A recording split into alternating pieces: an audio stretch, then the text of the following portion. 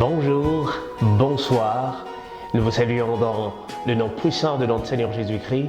Tout dépend de l'heure où vous nous suivez. Bienvenue dans cette émission Parole d'encouragement.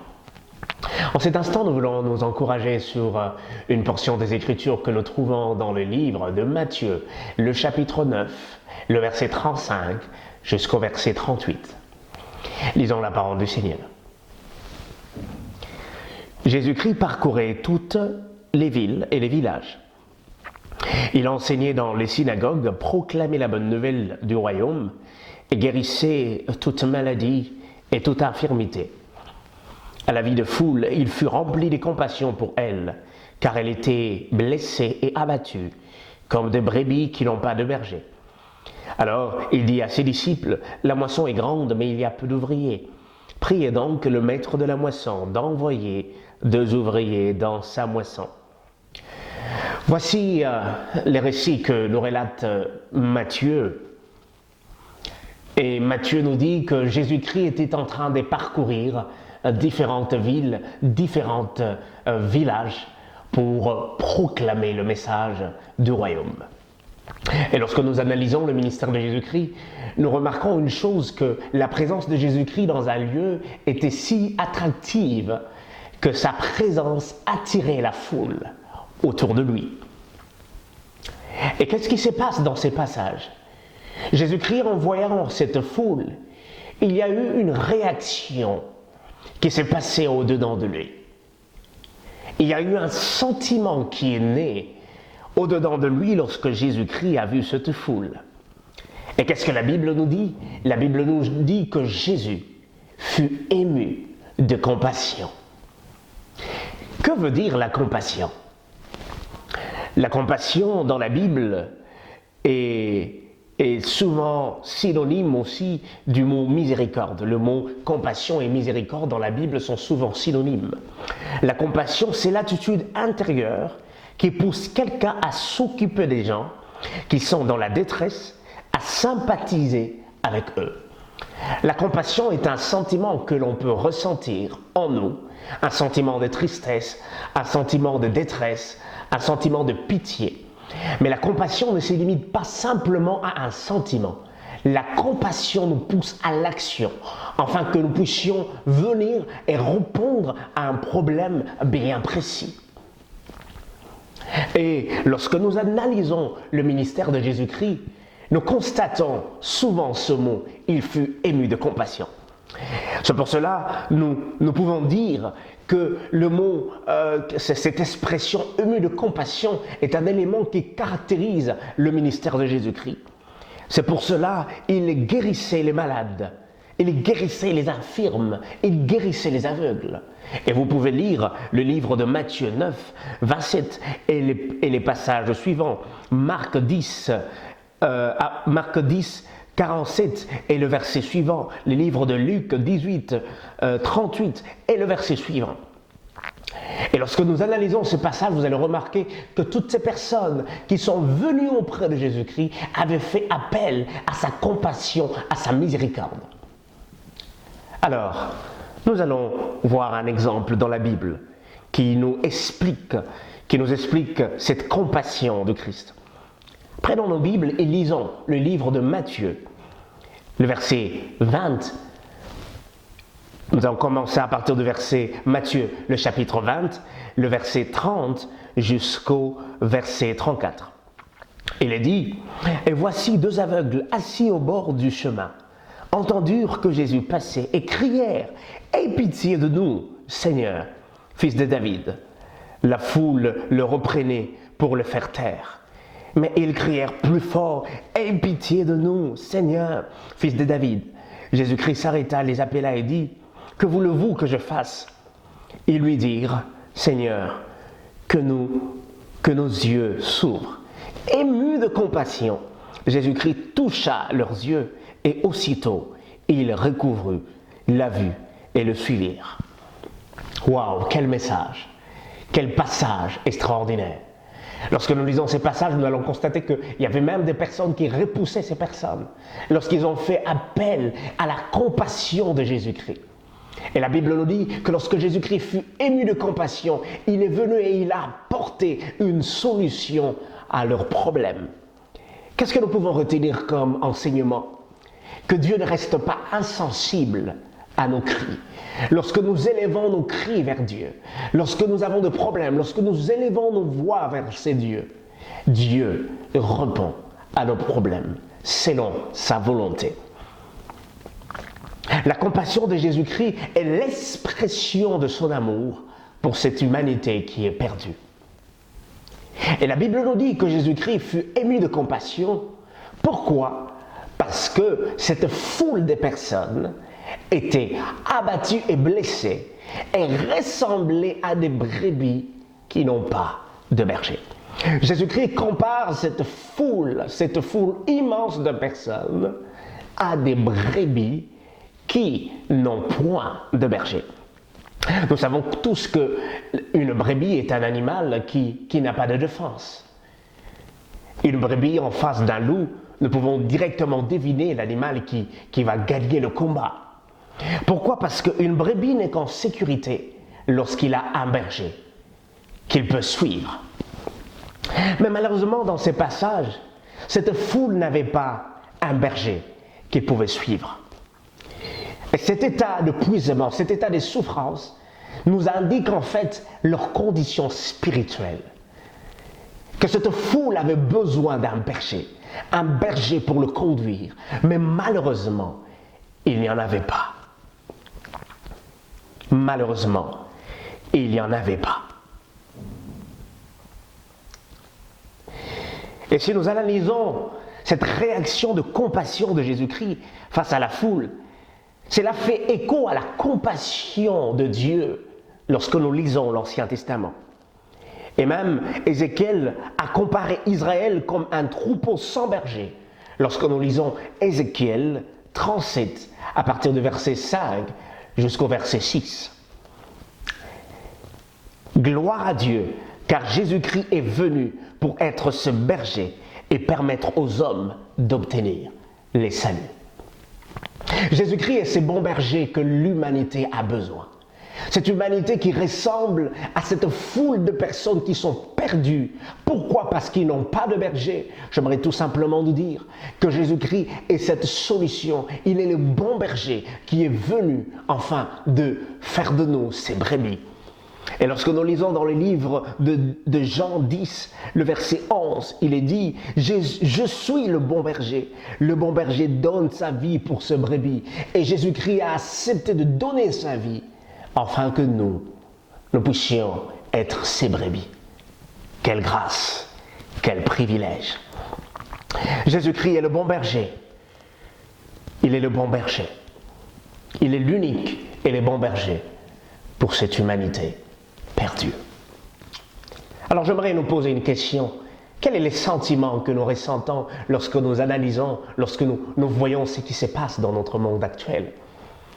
Jésus-Christ, en voyant la foule, il a ressenti, il fut ému de compassion. Et lorsque nous analysons le ministère de Jésus-Christ, nous allons remarquer que souvent cette expression ému de compassion revient. Jésus-Christ n'était pas insensible à la souffrance des autres. Mais quelle est notre attitude aujourd'hui en tant qu'enfant de Dieu? Lorsque nous voyons le monde actuel, est-ce que nous avons aussi le même sentiment qui était en Jésus-Christ, qui fait ému de compassion? Et comme nous l'avons dit, que la compassion ne se limite pas simplement à un sentiment, mais la compassion doit nous pousser à l'action afin d'apporter la solution à un problème bien déterminé. À partir du verset 37, il est dit, alors il dit à ses disciples, la moisson est grande, mais il y a peu d'ouvriers. Dans la version Semeur, il est écrit, alors il dit à ses disciples, la moisson est abondante, mais il y a peu d'ouvriers. Retenons une chose, Jésus-Christ a commencé d'abord à comparer cette brebis, cette foule, à des brebis qui n'ont point de berger. Et deuxièmement, Jésus-Christ compare la même foule à une moisson qui est abondante, mais malheureusement, il n'y a pas d'ouvriers. Que veut dire la moisson? La moisson, c'est le temps de la récolte. Pour celui qui est un agriculteur, il y a un temps pour s'aimer, il y a un temps lorsqu'on s'aime. Mais lorsqu'il vient le temps de la récolte, il vient le temps de la moisson, en fait c'est le temps de la récolte, c'est le temps où nous devons récolter ce qui a été sémé. Et la récolte, c'est simplement l'action de recueillir le produit de la terre. Le grand problème que nous avons n'est pas le problème de la moisson.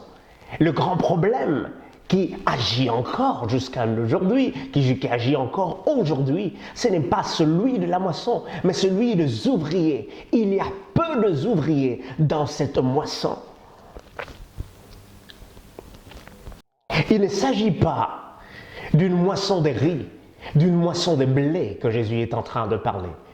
Jésus-Christ est en train de parler d'une moisson des hommes et des femmes qui sont prêts à recevoir l'évangile, à recevoir la bonne nouvelle, mais malheureusement, il n'y a pas d'ouvriers qui vont leur présenter cette bonne nouvelle. Est-ce que de nos jours, nous pouvons dire que la moisson est encore grande? Je fais quelques recherches et vous pouvez consulter ces sites, joshuaproject.net, qui fait une analyse globale et qui dit la population mondiale est estimée à 7,6 milliards, 7,67 milliards d'habitants. Et la population non atteinte par l'évangile s'élève à 3,19 milliards. Ce qui fait en termes de pourcentage, 41,5% de personnes ne connaissent pas le Seigneur. Nous pouvons dire encore de nos jours que la moisson est bel et bien grande. Mais où sont les ouvriers? Où sont les ouvriers? Et en face de cette grande moisson, Christ dit, priez donc le maître de la moisson d'envoyer des ouvriers dans sa moisson.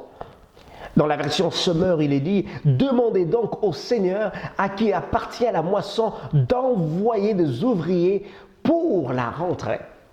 Et dans une autre version, la parole de vie, il est dit, demandez donc au propriétaire de la récolte d'envoyer encore des ouvriers pour faire sa récolte. Pour cette grande moisson, il faut des ouvriers.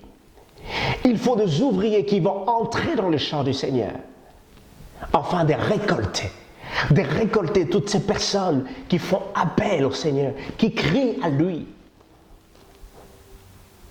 Comme nous l'avons dit, le grand problème n'est pas celui de la moisson qui est prête et mûre, mais aussi abondante. Mais le grand problème est qu'il y a peu d'ouvriers. Ainsi, les disciples doivent prier, afin que le maître de la moisson puisse susciter, puisse envoyer des ouvriers dans sa moisson. Alors j'aimerais faire cette remarque dans nos moments de prière. Est-ce que nous prions aussi pour que Dieu suscite des ouvriers dans sa moisson? Ou tout simplement notre prière est focalisée sur le moi. Seigneur, tu vois mes problèmes. Seigneur, tu vois mes besoins. Seigneur, tu vois ceci, cela. Oui, nous devons demander au Seigneur parce qu'il est notre Père, il est notre Papa. Mais j'aimerais tout simplement nous dire que nous devons d'abord réjouir le cœur de Dieu. Et la Bible nous dit qu'il y a une fête au ciel lorsque une âme donne sa vie au Seigneur. Et Jésus-Christ ne dit pas à ses disciples de prier d'abord pour leurs besoins, mais de prier pour le besoin de Dieu. Et le besoin de Dieu, c'est quoi? De prier afin que Dieu puisse envoyer des ouvriers dans sa moisson. La moisson appartient à Dieu, mais il a donné à ses disciples la responsabilité de la récolte. La moisson appartient au Seigneur, mais il nous a donné la responsabilité de sa récolte. Notre responsabilité en tant qu'ouvrier est d'entrer dans ce champ afin de présenter au monde les bons bergers qui est Jésus-Christ. Bien que la Bible ne nous dit pas que les disciples ont prié après ce que Jésus-Christ les a dit, mais sûrement, je pense que sûrement, les disciples ont eu à prendre un temps pour prier. Et vous allez constater après, avec moi, quand nous lisons le Nouveau Testament, vous allez remarquer ces mêmes disciples qui ont prié, afin que Dieu puisse susciter des ouvriers dans sa moisson, Dieu les avait eux-mêmes sélectionnés comme des ouvriers dans cette grande moisson, afin de proclamer l'Évangile, la bonne nouvelle, afin de prêcher Christ à l'humanité. Et ce que nous pouvons retenir comme enseignement, si nous prions Dieu d'envoyer des ouvriers, veillons à devenir nous-mêmes ouvriers dans cette moisson. Frères et sœurs, nous ne sommes pas tous appelés à être de pasteurs, de prophètes, des apôtres, des évangélistes, de docteurs. Gloire à Dieu pour ce ministère dans l'Église, pour l'édification de l'Église, mais aussi pour l'œuvre du ministère dans la vie des enfants de Dieu. Nous bénissons le Seigneur pour cela. Mais le Seigneur nous a donné la responsabilité d'être témoins, d'être ses témoins. Et le Seigneur nous a donné la responsabilité de faire de toutes les nations disciples de Jésus-Christ. Je pourrais te dire, même si tu n'es pas pasteur, même si tu n'es pas apôtre, ou un autre nom que nous pouvons dire, mais j'aimerais simplement te dire que tu es ouvrier dans cette grande moisson. Et cette moisson représente tout simplement ce monde qui crie et qui est perdu et qui a besoin d'un sauveur. Et ce sauveur, c'est Jésus-Christ, les bons bergers. Et tu es un ouvrier du Seigneur. Et tu es un témoin de Dieu. Là où tu vis, là où tu restes. Est-ce que par ta vie, on peut témoigner que réellement, quelque chose s'est passé dans son cœur? Est-ce que par ta vie, tu peux témoigner la bonne nouvelle à ceux qui t'entourent? Cette moisson est grande et Christ dit qu'il faut des ouvriers. Il faut des ouvriers dans cette moisson. Et nous sommes ces ouvriers, car il dit dans sa parole, allez, faites de toutes les nations les disciples, les baptisant au nom du Père, du Fils et du Saint-Esprit. Pour clore ce message, j'aimerais tout simplement lire une portion des Écritures dans les livres de Romains, le chapitre 10, le verset 13 jusqu'au verset 17. Il est dit, car quiconque invoquera le nom du Seigneur sera sauvé. Comment donc invoquera-t-il celui en qui ils n'ont pas cru? Et comment croiront-ils en celui dont ils n'ont pas entendu parler? Et comment entendront-ils parler s'il n'y a personne qui prêche? Et comment y aura-t-il de prédicateurs s'ils ne sont pas envoyés? Selon qu'il est écrit, qu'ils sont beaux le pied de ceux qui annoncent la paix, de ceux qui annoncent des bonnes nouvelles. Mais tous n'ont pas obéi à la bonne nouvelle. Aussi Ésaïe dit-il, Seigneur, qui a cru à notre prédication? Ainsi la foi vient de ce qu'on entend, et ce qu'on entend vient de la parole de Dieu.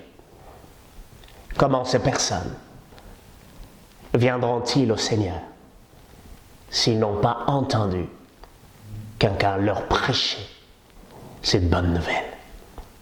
Nous n'avons pas un autre message, si ce n'est que celui de présenter Christ au monde, car il est le sauveur de l'humanité.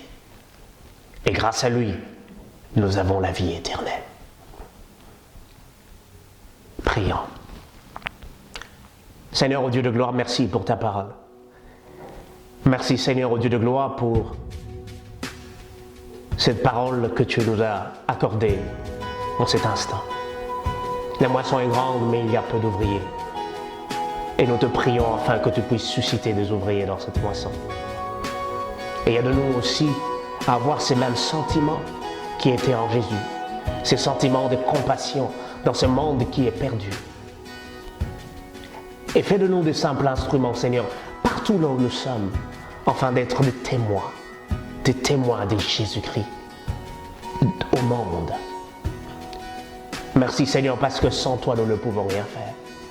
Nous n'avons pas la capacité de convertir des hommes, non. Notre responsabilité est de témoigner.